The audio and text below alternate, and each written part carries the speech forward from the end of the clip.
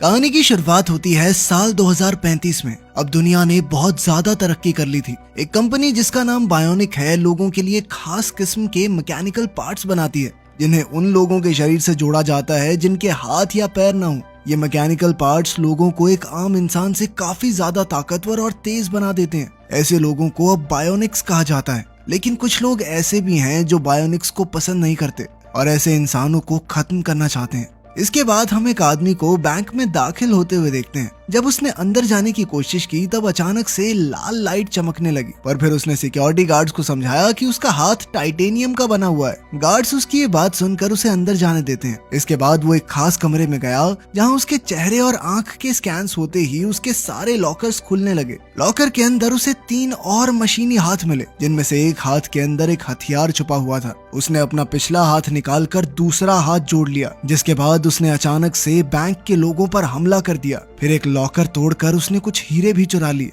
जल्द ही बैंक की सिक्योरिटी उसे रोकने के लिए आई, लेकिन उसका रोबोटिक हाथ बहुत ज्यादा ताकतवर था और उसने लड़ाई में उन सभी को पछाड़ दिया। हालांकि इस झपट में वो भी जख्मी हो गया, पर उसने मौका देखकर वहां से भागने की कोशिश की। पकड़े जाने से बचने के लिए वो एक औरत को बंदी बना लेता है, जिसे मारने की धमकी देकर वो आखिरकार बैंक से भाग निकला। बैंक से बचकर निकलने के बाद वो आदमी अपने भाई हेतौर से मिला। वो बुरी तरह से घायल था और कहने लगा कि वो आगे नहीं बढ़ सकता। वो समझ चुका था कि अब वो कुछ ही देर का मेहमान है। उसने चुराए हुए हीरे हेतौर को दिए और जल्दी से वहां से निकल जाने को कहा। पुलिस करीब पहुंच रही थी, इसलिए हेतौर को वहां से जल्दी से निकलना पड़ा। मजबूरी में वो अपने भाई की लाश वहीं छोड़ देता है। इसी बीच पुलिस उस जगह पहुंची जहां उस आदमी की लाश पड़ी थी। पता चला कि वो एटलेटा नाम का एक बॉक्सर था। जब बायोनिक क्रांति की शुरुआत हुई तो उसका करियर बर्बाद हो गया। अब एक महंगा बायोनिक हाथ पाने के लिए उसने झूठा एक्सपेरिमेंट रचा ताकि उसका दायां हाथ हटाकर एक रोबोटिक हाथ मिल जाए, लेकिन वो पकड़ा गया और सरकार ने उसकी ये डिमांड डिसमिस कर दी।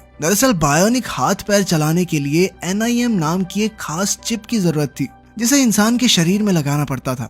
एटलेटा ने एक मरे हुए अपाहिज खिलाड़ी के शरीर से वो NIM चिप हासिल कर ली और अब वही चिप एटलेटा के सर के अंदर थी। वहीं दूसरी ओर एटलेटा का भाई हेतौर एक बॉक्सिंग एकेडमी में पहुंचा। उसने अपने चुराए हुए हीरे अपने दोस्तों को दे दिए। इसके बाद एक तेज दिमाग वाला लड़का गुस्तावो, जिसे लोग अंकल हार्ड भी कहते हैं, वहां आया। हेतौर ने गुस्तावो से पूछा कि आखिर वो उनके साथ क्यों जुड़ना चाहता है, जिस पर गुस्तावो ने जवाब दिया कि वो मौजूदा हालातों से तंग आ चुका है और कुछ बदलना चाहता है। इसके बाद गुस्तावो ने हीरों की जांच की और हेतौर को उनकी क्वालिटी के बारे में बताया। उसने अंदाजा लगाया कि उन्हें कम से कम $500 मिलियन तो मिल जाएंगे, लेकिन जो हैकर्स उनकी मदद कर रहे हैं वो तो $1 मिलियन मांग रहे थे। हेतौर को इसकी ज्यादा चिंता नहीं थी। वो कहने लगा कि वो खुद बायोनिक हाथ पैर बना सकता है, जैसा कि उसने अपने भाई एटलेटा के लिए बनाया था, मगर इस बार एक अलग तरीके से बनाएगा। उन्हें अब किसी और के सहारे की जरूरत नहीं होगी। गुस्तावो ने बताया कि वो किसी को जानता है जो उसकी मदद कर सकता है। इसके बाद वो दोनों मिलकर गुस्तावो की बहन मारिया से मिलने एक सुनसान स्टेडियम में गए। वो एक लॉन्ग जंप प्लेयर थी जो वर्ल्ड चैंपियन बनना चाहती थी। उसकी माँ भी इस गेम की चैंपियन रह चुकी है। बचपन से ही मारिया इसके लिए ट्रेनिंग कर रही थी ताकि वो एक दिन अपनी माँ का रिकॉर्ड तोड़ सके। लेकिन फिर मारिया की बहन गैबी ने एक रोबोटिक दायां पैर लगवा लिया और उनकी माँ के रिकॉर्ड को बड़ी ही आसानी से तोड़ दिया। इतना लंबा कूदना किसी नॉर्मल इंसान के बस की बात थी ही नहीं। गैबी की पावर से इम्प्रेस होकर लोग अब बायोनिक प्रोस्थेटिक्स लगवाने लगे थे, जिससे उनकी ताकत और रफ्तार बेहिसाब बढ़ जाए। लेकिन अब मारिया जैसे नॉर्मल खिलाड़ियों को लोग ज्यादा तवज्जो नहीं देते थे। खैर, वर्तमान समय में गुस्तावो ने अपनी बहन को उनके प्लान के बारे में बताया, पर मारिया कहने लगी कि वो उनसे बाद में बात करेगी। इसके बाद हम बायोना कंपनी को देखते हैं जिसे डारियो और रिकार्डो चलाते थे। असल में रिकार्डो गैबी और मारिया का बाप है। दुनिया भर में बायोनिक्स की डिमांड आसमान छू रही थी। पहले तो ये प्रोजेक्ट सिर्फ जंग में घायल हुए फौजियों की मदद करने के लिए बनाया गया था, लेकिन अब इसका इस्तेमाल खेल कूद में भी हो रहा है। जल्द ही NIM चिप की अपडेट के बाद उनके बनाए हुए रोबोटिक हाथ पैरों की ताकत और रफ्तार 30% और बढ़ जाएगी। डारियो, रिकार्डो और वोंडा, जो कि गैबी की मैनेजर है, इस अपडेट के बारे में चर्चा कर रहे थे। वो खुश हैं कि इस अपडेट के बाद गैबी और ज्यादा तेज और ताकतवर हो जाएगी। इससे वो नए नए रिकॉर्ड्स बनाएगी, जिससे उनके रोबोटिक हाथ पैरों की डिमांड दुनिया में और बढ़ जाएगी। इस दौरान मारिया हेतौर से मिलने आई, जो खिलाड़ियों को जूस बांट रहा था। मारिया से बातचीत के दौरान उसने अपने भाई की कहानी बताई। बायोनिक्स के आविष्कार से पहले उसका भाई बॉक्सिंग चैंपियन था, लेकिन प्रोस्थेटिक्स के आने के बाद आम खिलाड़ियों के लिए सब कुछ बहुत मुश्किल हो गया था। मुश्किल नहीं, नामुमकिन कहो, मारिया ने जवाब दिया। उसने बताया कि उसे कई सारे इंजेक्शंस लेने पड़ते हैं ताकि वो बायोनिक एथलीट्स का सिर्फ मुकाबला कर सके। उनसे जीतना तो बहुत दूर की बात है। हेथोर ने सुझाव दिया कि तो फिर तुम भी बायोनिक क्यों नहीं बन जाती। उसे यकीन था कि तब वो सबसे बेहतर जरूर बनेगी, कोई नहीं हरा पाएगा उसे। उस रात मारिया ने एक ऐड देखी जिसमें उसकी बहन गैबी थी। ये देखकर उसे जलन महसूस हुई, क्योंकि गैबी ने ये सब मेहनत से नहीं बल्कि अपनी रोबोटिक टांग से किया था। जब वो घर लौटी तो उसने देखा कि उसके पिता रिकार्डो और गैबी एक पार्टी रख के बैठे थे, जिसमें गैबी की सफलता का जश्न मनाया जा रहा था। जब गैबी ने मारिया से बातचीत करनी चाहिए तो उनमें छोटी सी बहस छिड़ गई। गैबी कहने लगी कि मारिया हमेशा से उससे जलन महसूस करती है, जिस पर मारिया ने तीखा जवाब दिया कि अगर पापा नहीं होते ना तो तू पहले की तरह रगड़े खा रही होती मेरे सामने। लेकिन गैबी इस बात पर अड़ी रही कि अब मैं तुझसे आगे निकल रही हूँ ना तो तुझसे सहन नहीं हो रहा।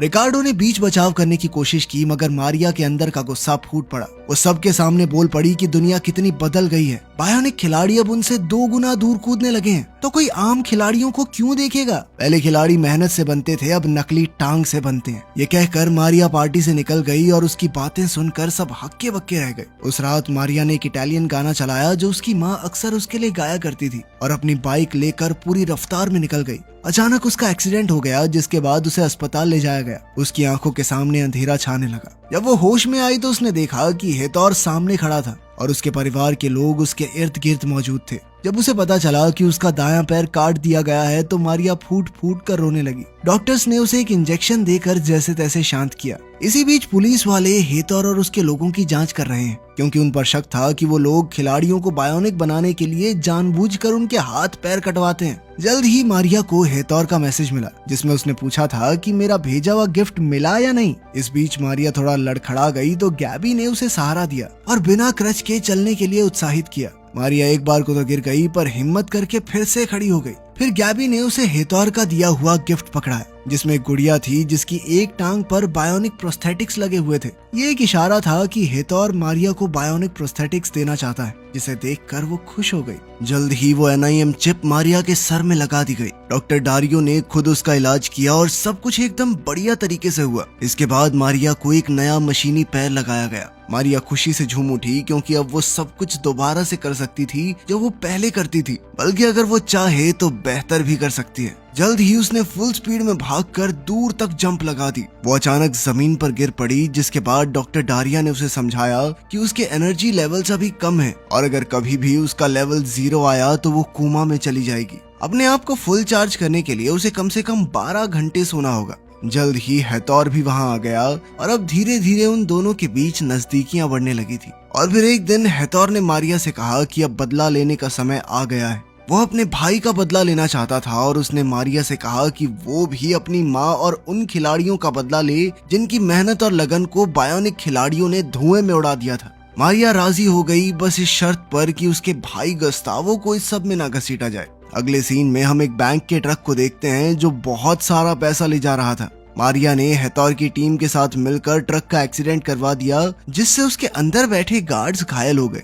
जल्द ही मारिया ने स्मोक बॉम्ब्स फेंक दिए ताकि गार्ड्स बाहर निकलने के लिए मजबूर हो जाएं। पर तभी अचानक हेथोर ने उनमें से एक गार्ड को मार डाला और ये देखते ही मारिया चौंक गई। पुलिस करीब आ रही थी, इसलिए वो सब जल्दी से पैसे लेकर वहां से भाग निकले। बेस पर पहुंचने के बाद मारिया हेथोर पर गुस्सा हो जाती है। वो चिल्लाने लगी कि ये तो बदला लेने का कोई तरीका नहीं है, जिस पर हेथोर ने उसे समझाया कि उसे मारना जरूरी था, क्योंकि उस गार्ड ने मारिया का चेहरा देख लिया था। वो कहने लगा कि जीतने के लिए कुछ खोना तो पड़ता है और तुमसे बेहतर इस बात को कौन समझेगा। तभी मारिया ने देखा कि उसका भाई गस्तावो भी वहां मौजूद था। वो हेथोर पर चिल्लाने लगी कि तूने वादा किया था कि इसे इस सब से दूर रखेगा, पर हेथोर ने मुस्कुराते हुए बताया कि ये पूरा प्लान ही तो इस लड़के ने बनाया है, मास्टरमाइंड है ये अपना।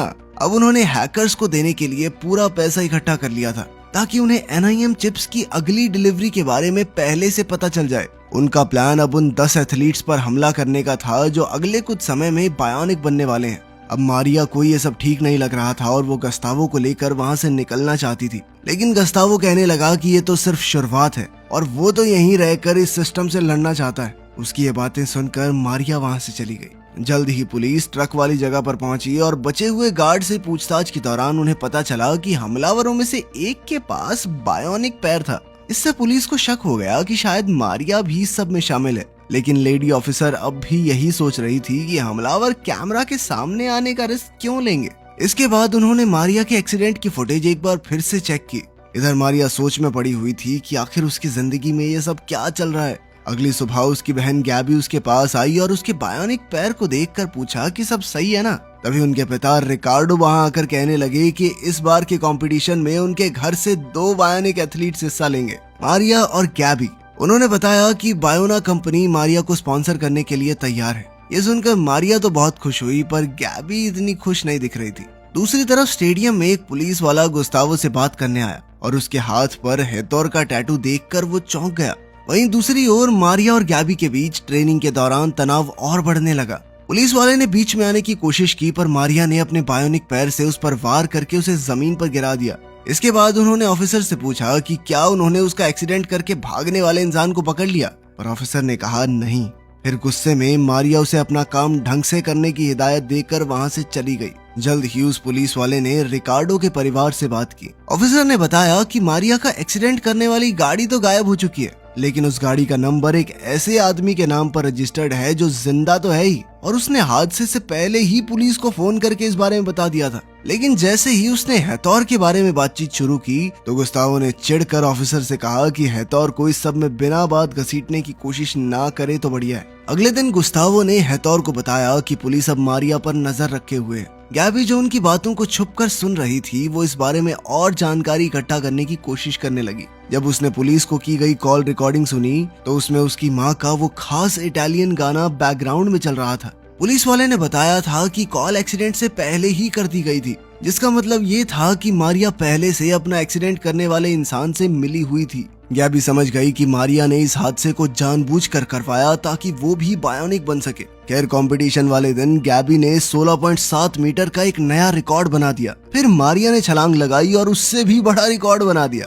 ये देखकर गैबी हैरान रह गई। दूसरे राउंड में भी वो दोनों अपने ही बनाए हुए रिकॉर्ड्स को तोड़ रही थी, लेकिन मारिया अब भी गैबी से आगे थी। इसी बीच गुस्तावो हैकर्स से मिली हुई जानकारी को देख रहा था। दारियो ने नोटिस किया कि गैबी के दिमाग में स्ट्रेस काफी बढ़ रहा था। उसने गैबी को कूदने से मना भी किया, लेकिन वो नहीं मानी और मुंह के बल जा गिरी, जिस वजह से वो बहुत बुरी तरह घायल हो गई। मारिया कंपटीशन तो जीत गई, मगर हो सकता है कि गैबी कभी दोबारा कंपटीशन खेल ही ना पाए। इसके बाद मारिया गुस्से में अपने पिता रिकार्डो पर चिल्लाने लगी, या आपने इतना कंपटीशन क्यों डाल दिया हम दोनों बहनों में? बचपन से बस एक दूसरे का मुकाबला ही करती रही हम, और आज देखो क्या हो गया। इस पर रिकार्डो ने कहा कि उसने जो भी किया अपनी दोनों बेटियों के भविष्य के लिए किया। जब गैबी होश में आई तो मारिया उसके पास ही मौजूद थी। गैबी ने कहा कि वो सब जानती है कि मारिया ने जानबूझकर वो हादसा करवाया ताकि वो बायोनिक बन सके।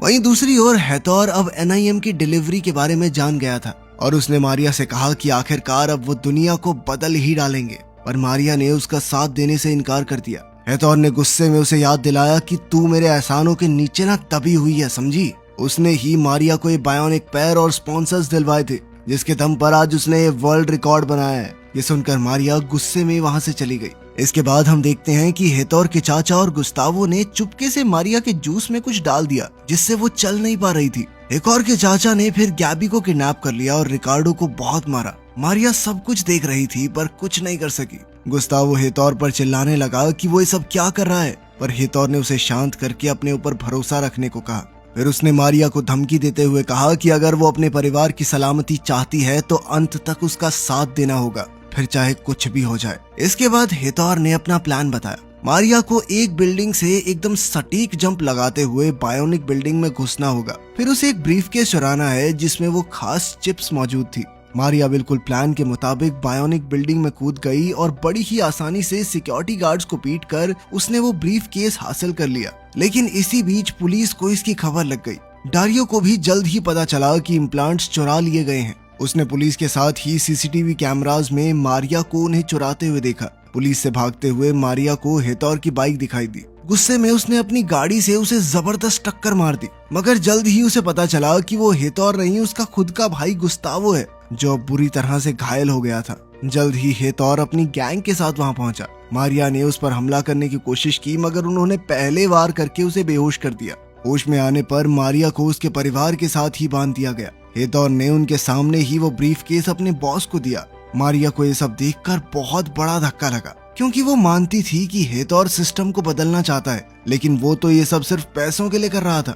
हेतौर और उसका बॉस काफी खुश थे क्योंकि उन्होंने सोचा था कि उसमें सिर्फ 10 ही चिप्स होंगी, लेकिन उस ब्रीफकेस में इससे कहीं ज्यादा मिली। इससे तो वो पूरी बायोनिक्स की फौज खड़ी कर सकते हैं। वो खुशी मना ही रहे थे कि तभी मारिया ने अपने आप को आजाद करके टेबल पर जबरदस्त लात दे मारी, जिससे वो सारी चिप्स इधर उधर गिर गई। इसके बाद हेतौर की गैंग और मारिया के बीच में लड़ाई छिड़ गई मगर मारिया अपनी बायोनिक ताकत से उनके छक्के छुड़ाने लगी। उधर गैबी ने भी जैसे तैसे खुद को आजाद कर लिया था। बाकी सबको हराने के बाद अब मारिया हेतौर को खत्म करने ही वाली थी, लेकिन उसने मौका देखकर धोखे से उस पर चाकू से हमला कर दिया। फिर उसने गैबी को भी मारने की कोशिश की, लेकिन इससे मारिया को बहुत गुस्सा आया और उसने उठकर हेतौर को खत्म ही कर दिया। पर तभी पुलिस भी वहां पहुंच गई। मारिया ने सरेंडर करने की बजाय भागना सही समझा और पुलिस से भागते हुए उसकी रोबोटिक टांग तारों के जाल में फंस गई। एक ऑफिसर ने उसे सरेंडर करने को कहा पर मारिया ने वहां से निकलने के लिए अपने बायोनिक पैर को ही खोल दिया, जिससे वो सीधा नीचे जा गिरी। वो बुरी तरह से जख्मी हो गई थी। उधर गैबी एक टांग पर चल के पास में ही खड़ी एक कार में घुसी और अपनी बहन को पुलिस के चंगुल से बचा कर ले गई। आज पहली बार दोनों बहनों ने एक दूसरे के लिए प्यार महसूस किया था। इधर डारियो को गुस्तावो बहुत बुरी हालत में मिला, लेकिन वो अभी भी जिंदा था। लगभग 6 महीने बाद पुलिस अब भी दोनों भाइयों को ढूंढ रही थी। वो दोनों अब एक अनजान जगह पर अपाहिज बच्चों के लिए एक स्कूल चला रही थी। डारियो ने वहां आकर उनके काम की तारीफ की और पूछा कि सबके लिए पैसे कहाँ से आए। इसके बाद हम दोनों बहनों को हेतौर के बॉस से मिलते हुए देखते हैं। उन्होंने उसे समझाया कि बायोनिक्स की फौज की जरूरत नहीं है तुझे, उसकी सिक्योरिटी के लिए वो 3 ही काफी हैं। जिस पर बॉस ने पूछा कि 3 कौन। उसके ये कहते ही लगभग पूरी तरह से बायोनिक बन चुका गस्तावो गाड़ी से बाहर आया। बॉस ने उसकी पावर टेस्ट करने के लिए अपने गुंडों को उस पर हमला करने को कहा, लेकिन गस्तावो ने बड़ी ही आसानी से पहले गुंडे को पीटकर उसकी आयरन रॉड से दूसरे गुंडे की चलाई गोली इस तरह से मारी कि वो बॉस की टोपी को छेदते हुए गई। बॉस उनकी काबिलियत देखकर इम्प्रेस हो गया और उसने डील पक्की कर दी। उसी से मिलने वाले पैसों का इस्तेमाल अब वो तीनों भाई बहन अच्छे कामों के लिए करते हैं। वीडियो पसंद आई तो लाइक कर देना, चैनल को सब्सक्राइब कर लेना। मिलते हैं अगली वीडियो में।